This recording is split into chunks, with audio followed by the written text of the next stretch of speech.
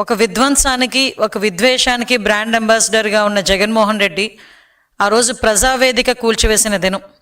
అంటే సాధారణంగా ఈరోజు మార్నింగ్ అంతా కూడా ఎమర్జెన్సీ గురించి మాట్లాడుకుంటున్న రోజు అయినప్పటికీ కూడా నాకు తెలిసి 2019 జూన్ 25 నుంచి కూడా ఆ 5 సంవత్సరాలు ఒక ఎమర్జెన్సీ పాలనే నడిచింది అని చెప్పుకోవడానికి చాలా ఉదాహరణలు మాకున్నాయి. అంటే ఒక విద్వేషం, ఒక విధ్వంసం అన్నది ఎజెండాగా పెట్టుకొని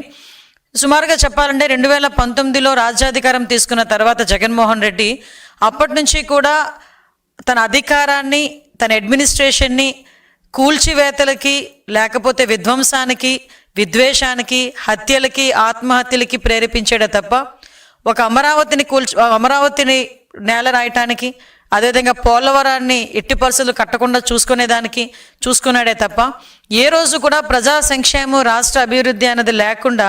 5 సంవత్సరాలు కూడా పరిపాలన అమోఘంగా చేశామని చెప్పి చంకలు గుద్దుకొని తీరా ఏదో అంటారు కదా, బొక్కబోర్లా పడినట్టుగా 11 సీట్లకు పరిమితం అయిపోయిన పరిస్థితి.